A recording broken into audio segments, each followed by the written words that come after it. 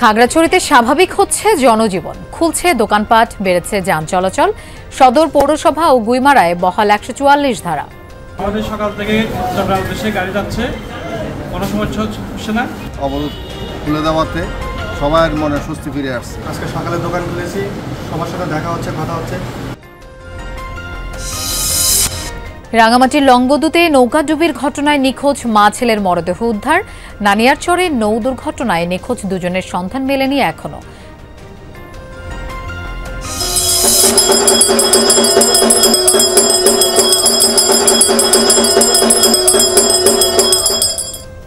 শারদীয় দুর্গোৎসবের মহানবমীতে নানা আচার আনুষ্ঠানিকতা, মণ্ডপে মণ্ডপে দিনভর ভক্তদের ভিড়।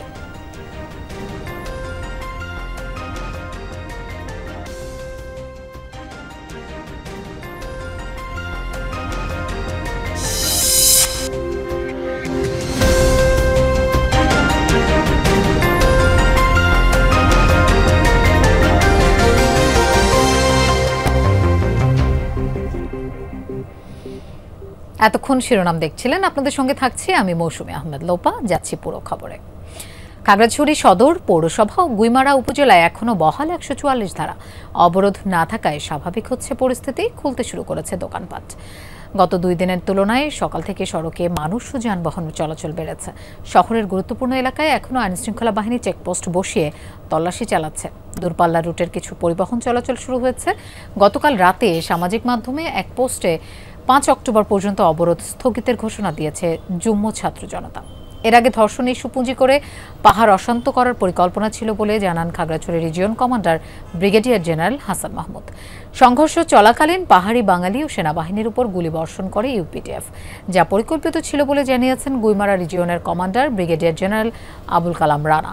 এদিকে গতকাল ভুক্তভোগী সেই মারমা কিশোরীর মেডিকেল রিপোর্ট হাতে আসে যমুনা নিউজের, যা যাচাই করে দেখা যায় সেই কিশোরীর শরীরের ভেতরে বাইরে ধর্ষণের কোনো আলামত পাওয়া যায়নি। যদিও মামলার এজাহারে তার বাবা জানায় পাশের একটি ক্ষেতে অচেতন অবস্থায় পাওয়া যায় মেয়েটিকে। সংঘর্ষের ঘটনায় 5 সদস্যের কমিটি গঠন করেছে জেলা প্রশাসন।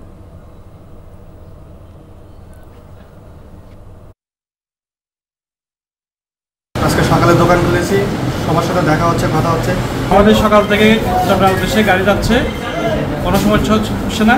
অবরোধ খুলে দেওয়াতে সবার মনে স্বস্তি ফিরে আসছে। প্রাণের প্রিয় শহর খাগড়াছড়ি অনেকটাই স্বাভাবিক দেখা যাচ্ছে। রামগড়ে যে আমাদের যে আহত হয়েছে এটার বিরুদ্ধে অবশ্যই আইনানুগ ব্যবস্থা হবে। এটার জন্য তদন্ত কমিটিও গঠন হয়েছে আমাদের জেলা প্রশাসন থেকে, এবং তদন্তের প্রেক্ষিতে যদি দোষী সাব্যস্ত পাওয়া যায় তাদের বিরুদ্ধে অবশ্যই আইনানুগ ব্যবস্থা গ্রহণ করা হবে। রাঙামাটির লংগদু নানিয়ারচরে নৌকাডুবির ঘটনায় নিখোঁজ 5 জনের মধ্যে 3 জনের মরদেহ উদ্ধার হয়েছে। মঙ্গলবার রাতে লংগদুতে গুলশাখালী থেকে নৌকায় নদী পার হওয়ার সময় ঝোড়ো বাতাসে কাপ্তাই হ্রদে একটি নৌকা ডুবে যায়। এতে 2 সন্তান সহ নিখোঁজ হন মা শিরিন আক্তার। খবর পেয়ে ঘটনাস্থলে যায় সেনাবাহিনী ও ফায়ার সার্ভিসের ডুবুরি দল। রাতেই অভিযান চালিয়ে 7 বছরের রানার মরদেহ উদ্ধার করা হয়।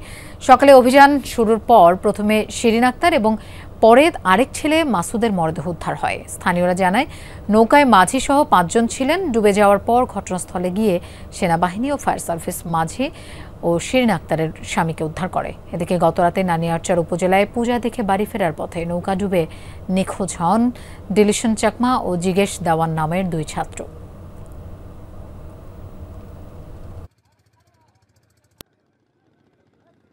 আমদানি রফতানি স্বাভাবিক রাখতে ছুটির দিনেও খোলা চট্টগ্রাম কাস্টমস হাউস, তবে শুল্কায়ন এবং রাজস্ব আদায় কম।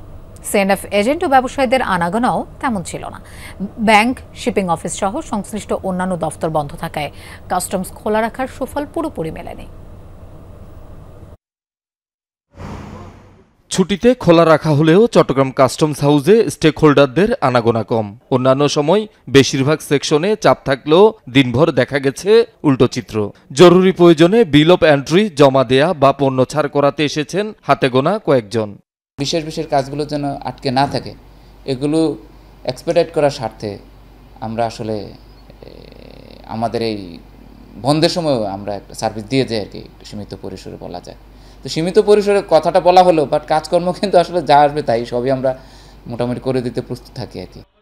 পুজোর ছুটিতেও আমদানি রপ্তানি কার্যক্রম স্বাভাবিক রাখতে সীমিত পরিসরে কাস্টমস হাউস খোলা রাখলেও সংশ্লিষ্ট ব্যাংক শিপিং অফিস বন্ধ থাকায় পুরোপুরি সুফল মিলছে না বলছেন অনেকে। ফসলশীল দ্রব্য, খাদ্যদ্রব্য যেগুলো আসে এগুলা দ্রুত খালাসের জন্য কাস্টমস কর্তৃপক্ষ একটা নির্দেশনা দিয়েছেন যে এই পূজার বন্ধের ভিতরেও তারা তাদের কার্যক্রম পরিচালিত করবে। ঈদ হোক বা অন্য যেটাই হোক না কেন, সেক্ষেত্রে এভাবে সীমিত পরিসরে খোলা রাখা হয় এবং আমরা সীমিত পরিসরে এসেই অপেক্ষা করে সীমিত পরিসরে আবার চলে যাই। যাদের দরকার হচ্ছে এমার্জেন্সি কাজগুলো আমরা এখানে খুব ইজিলি সেরে নিতে পারতেছি। খোলা থাকা তো সুবিধা হয়েছে, কারণ যদি খোলা না থাকতো তাহলে রবিবারে আমাদের কাজ করতে হতো। এই ক্ষেত্রে আমার 4 দিনে আমি বিপদে পড়ে যেতাম, 4 দিনে ড্যামারেজ আসতো আমার। ব্যাংক প্লাস কাস্টমস দুটোটাই একত্রে খোলা থাকে, সেক্ষেত্রে আসলে আমাদের জন্য অনেক উপকৃত হবে বলে আমি মনে করি। এখানে পাবো তো ওখানে পাবো না, ওখানে পাবো তো এখানে পাবো না, এইভাবে কখনো কাস্টমের কাজ হয় না। কাস্টম A to Z খোলা রাখো আর নালি একেবারে বন্ধ রাখো। শুল্কায়ন, পণ্য খালাস এবং রাজস্ব আদায় অব্যাহত রাখতে ব্যাংক সহ সব দপ্তরের সাথে সমন্বয়ের তাগিদ বন্দর ব্যবহারকারীদের। কাস্টমসের যে টোটাল কার্যক্রম আছে সেটা সম্পন্ন করতে হলে অন্যান্য যে সংস্থাগুলি আছে রিলেটেড সেগুলিও খোলা রাখা দরকার। না হলে এই ধরনের খোলা রাখার ফলে আমদানি রপ্তানি কার্যক্রমের জন্য খুব একটা লাভবান হবে। গভর্নমেন্ট হলিডে হলো, মাল পণ্য ডেলিভারি নেওয়ার জন্য ব্যবস্থাপনা আছে, কাস্টমসের কার্যক্রমের জন্য ব্যবস্থাপনা রাখা হয়েছে। অনুরূপভাবে ব্যাংক এবং শিপিং এজেন্টগুলোর যদি ব্যবস্থাপনা রাখা হয় তাহলে ব্যবসায়ীরা ক্ষতি থেকে রক্ষা পাবে। শহীদুল সুমন, যমুনা নিউজ, চট্টগ্রাম। ধর্মীয় নানা আচার আয়োজনে চট্টগ্রামে পালিত হচ্ছে মহানবমী। জেলা ও মহানগরীর সব মণ্ডপে চলছে দেবীর আরাধনা। দিনভর বিভিন্ন মণ্ডপ পরিদর্শন করেন মুক্তিযুদ্ধ বিষয়ক উপদেষ্টা। রাত পোহালেই বিদায় জানাতে হবে দেবী দুর্গাকে, তাই মণ্ডপে মণ্ডপে এখন বিদায়ের সুর।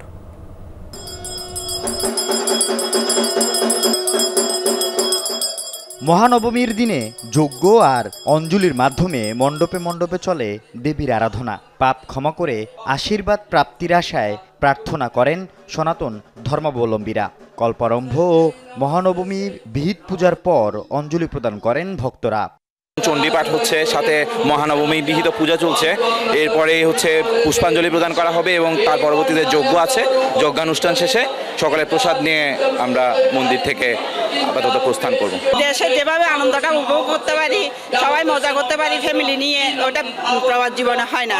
এই জন্য খুবই ভালো লাগতেছে এবং খুবই সুন্দর পুজো হচ্ছে এবার। মহানবমী তিথিতে মা দুর্গা পূজিত হন দেবী সিদ্ধিদাত্রী রূপে। শাস্ত্রে আছে দেবী এই রূপে ভক্তদের পার্থিব আকাঙ্ক্ষা পূরণ এবং অজ্ঞানতা দূর করে জ্ঞান দান করেন। মা যদি তুষ্ট হয়, সন্তুষ্ট হয়, মা ভক্তকে কৃপা করে, মা ভক্তকে মুক্তি প্রদান করে। মা হলো তো পরম বৈষ্ণবী শক্তি, মা করুণাময়ী, মা কল্যাণময়ী, মা আনন্দময়ী। রাত ফুরালেই বিজয়া দশমীর দিনে প্রতিমা বিসর্জন। তাই চট্টগ্রামে মণ্ডপে মণ্ডপে বিদায়ের সুর আর দেবীকে বিদায় জানানোর প্রস্তুতি।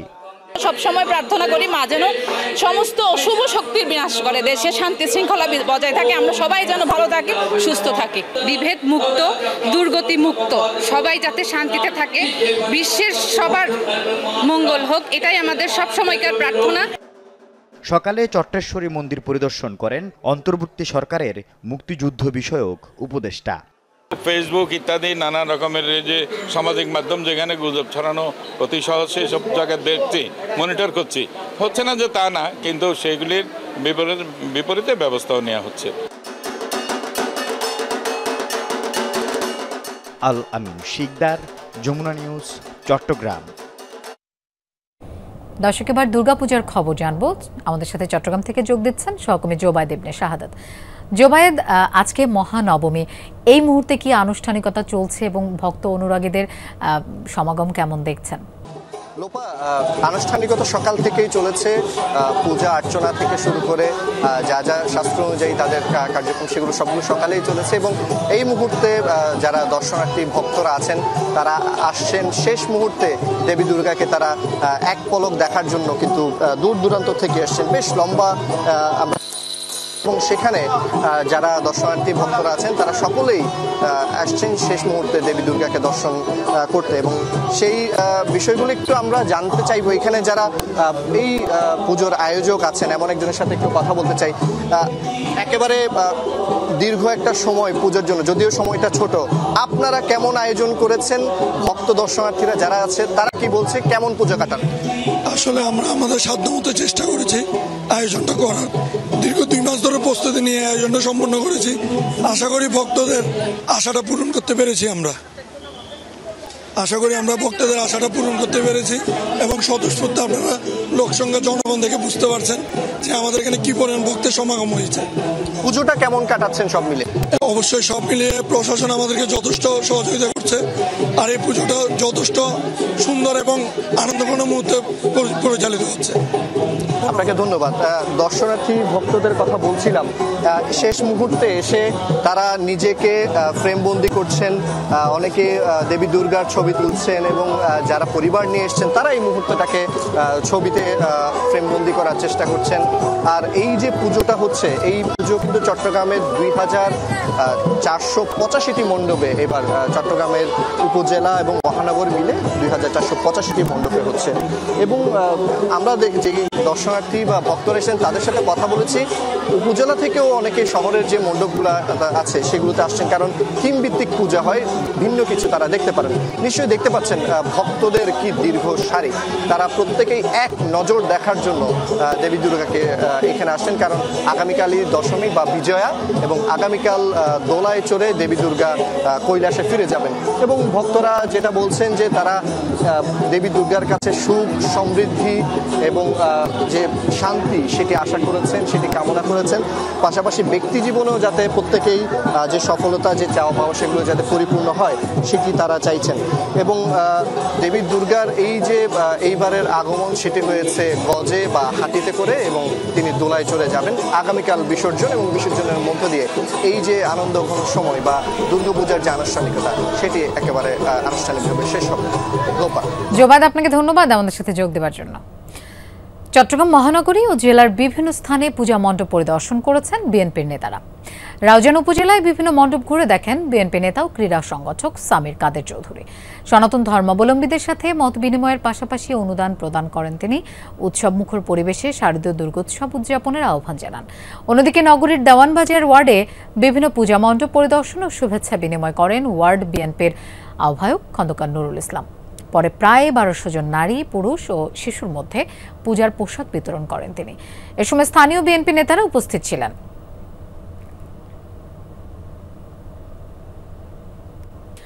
বছরের পর বছর ধরে চলাচল অযোগ্য বেহাল গ্রামীণ সড়ক সংস্কার প্রকল্প শুরু হয়েছে চট্টগ্রামের রাউজানে।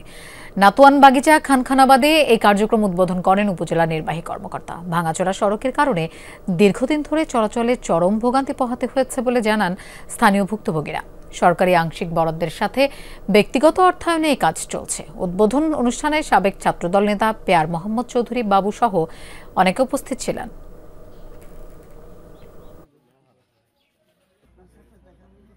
পর্যটকদের নিরাপত্তার স্বার্থে দীর্ঘ 18 মাস বন্ধ থাকার পর পরিস্থিতি স্বাভাবিক হওয়ায় আজ থেকে খুলে দেওয়া হয়েছে বান্দরবানের রুমায় অবস্থিত দেশের দ্বিতীয় সর্বোচ্চ পর্বতশৃঙ্গ কেওক্রাডং পর্যটন কেন্দ্র। প্রথম দিনে 200-র অধিক পর্যটক বগালেক হয়ে কেওক্রাডং ভ্রমণে যান। এদিকে সকালে বান্দরবান জেলা প্রশাসনের আয়োজনে একটি শোভাযাত্রা শুরু হয়। জেলা প্রশাসকের কার্যালয়ের সামনে থেকে সারিবদ্ধভাবে কয়েকটি পর্যটকবাহী গাড়ি পর্যটকদের নিয়ে বান্দরবান জেলা সদর থেকে কেওক্রাডং পর্যটন কেন্দ্রের উদ্দেশ্যে রওনা দেয়। এ সময় জেলা প্রশাসনের বিভিন্ন কর্মকর্তাদের পাশাপাশি দেশের বিভিন্ন স্থান থেকে আগত পর্যটক এবং টুরিস্ট পুলিশের সদস্যরা শোভাযাত্রায় অংশগ্রহণ করেন।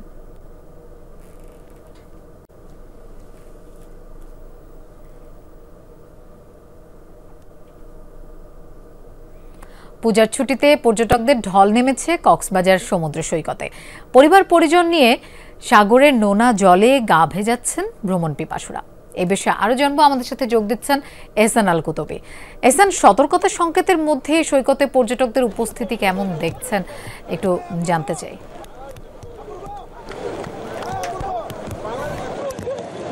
এই যে সকাল থেকেই সকালে একটু রোদ ছিল, এরপরে আবার বিকেল না দুপুর গড়াতেই আমরা দেখছি মেঘলা আকাশ, প্রচণ্ড বৃষ্টি শুরু হয়। এই বৃষ্টি এখনো পর্যন্ত অব্যাহত আছে। আমি আছি কক্সবাজার সমুদ্র সৈকতের সুগন্ধা পয়েন্টে। আমি আপনাকে এখনের অবস্থা যদি একটু দেখাতে চাই, যে আপনি নিশ্চয়ই দেখতে পাচ্ছেন এখনো পর্যন্ত অনেক পর্যটক সমুদ্র সৈকতের যে লোনা জলে তারা গা ভেজাচ্ছে এবং এখন এই মুহূর্তে কিন্তু পর্যটকদের জন্য এটা খুব ভয়ানক একটি সময়। কারণ হচ্ছে এখন সিএসএফ লাইফগার্ডের যে সদস্যরা এখানে কন্টিনিউ সকাল 7টা থেকে এখানে নিরাপত্তার দায়িত্বে থাকে, তারা কিন্তু এই মুহূর্তে নেই। এই মুহূর্তে না থাকা অবস্থায় তারা যখন চলে যাচ্ছিলেন ঠিক সেই সময় কিন্তু পর্যটকদেরকে তারা বারবার চেষ্টা করছিলেন নিরাপদে নিয়ে আসার জন্য, এবং তারা যাতে এখন যে বিশাল বিশাল ঢেউ আসছে পড়ছে, যেহেতু আবহাওয়ার পরিস্থিতি খারাপ, সেই কারণেই কিন্তু যাতে কোনো ধরনের দুর্ঘটনার শিকার না হয় তারা চেষ্টা করছিলেন এতক্ষণ পর্যন্ত মোটামুটি সবাইকে উপরে তুলে দেওয়ার জন্য। কিন্তু শেষ পর্যন্ত এখন দেখছি আবারও তারা অনেকেই তাদের এই নির্দেশনা অমান্য করে এই এখনও পর্যন্ত এখন যেহেতু অন্ধকার হয়ে আসছে এই অবস্থায়ও কিন্তু পর্যটকরা গোসল করছে, বিশাল বিশাল ঢেউয়ের সাথে খেলছে।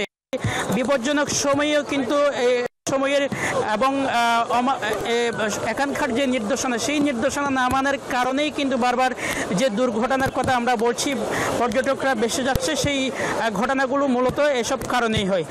আর সার্বিক যে পরিস্থিতি আপনি নিশ্চয় জানেন, আগামীকাল বিজয়া দশমী এবং আজকে নবমী, এই টানা আজকে থেকে যে ছুটি শুরু হচ্ছে, সেই ছুটিকে ঘিরে কক্সবাজারের যে সমুদ্র সৈকত সহ কক্সবাজারের হোটেল মোটেল জোন সবখানে পর্যটকের টইটম্বর, সব হোটেল মোটেল ফাঁকা নেই কোথাও। আগামী কাল যেহেতু বিজয় দশমী, সেই বিজয় দশমী যাতে নির্বিঘ্নে বিসর্জনের যে বিষয় থাকে, সেই প্রতিমা বিসর্জন যাতে নির্বিঘ্নে হয়, সেই জন্য কিন্তু জেলা প্রশাসনের পক্ষ থেকেও কঠোর পদক্ষেপ নেওয়া হয়েছে। পাশাপাশি সিএসএফ লাইফগার্ডের যে সেবা সেটি কিন্তু বাড়ানো হয়েছে। আমরা এই মুহূর্তে যেসব পর্যটক আছেন একটু কথা বলতে চাই। এখানে অনেক পর্যটক আছেন, একটু যদি বলতেন আপনারা কেমন কাটাচ্ছেন এই যে সারাদিন বৃষ্টির মধ্যে আপনাদেরকে দেখা যাচ্ছে? আসলে কক্সবাজার তো বছরের 12 মাসে আমাদের কাছে সুন্দর লাগে, আর বৃষ্টির মধ্যে তো নতুন করে আমাদের কাছে আরো ভালো লাগতেছে। আমরা ফ্রেন্ডরা মিলে আসছি, সবাই মজা করতেছি, ভালোই লাগছে আমাদের। আপনার কাছে বৃষ্টি ভালো লাগে কি রোদ ভালো লাগে? বৃষ্টি তো অবশ্যই বেশি ভালো লাগে, রোদও ভালো লাগে, তবে আমরা বৃষ্টির ভিতরে বেশি ইউনিকভাবে একটু এনজয় করতে পারতেছি। আলহামদুলিল্লাহ অনেক এনজয় করতেছি আমরা সবাই মিলে, এটাই আলহামদুলিল্লাহ অনেক ভালো লাগতেছে। আপনি নিশ্চয়ই শুনলেন যে বৃষ্টি, কারো বৃষ্টি ভালো লাগে, কারো রোদ ভালো লাগে। এই রোদ বৃষ্টির খেলাই সবাই যার যার মতো করে কক্সবাজার সমুদ্র সৈকতে সুন্দর একটি মুহূর্ত পার করছেন। লোপা, এহসান, আপনাকে ধন্যবাদ আমাদের সাথে যোগ দেওয়ার জন্য। দর্শক, এই ছিল আজকে চট্টগ্রামের আয়োজন, আর এতক্ষণ সাথে থাকার জন্য ধন্যবাদ সবাইকে।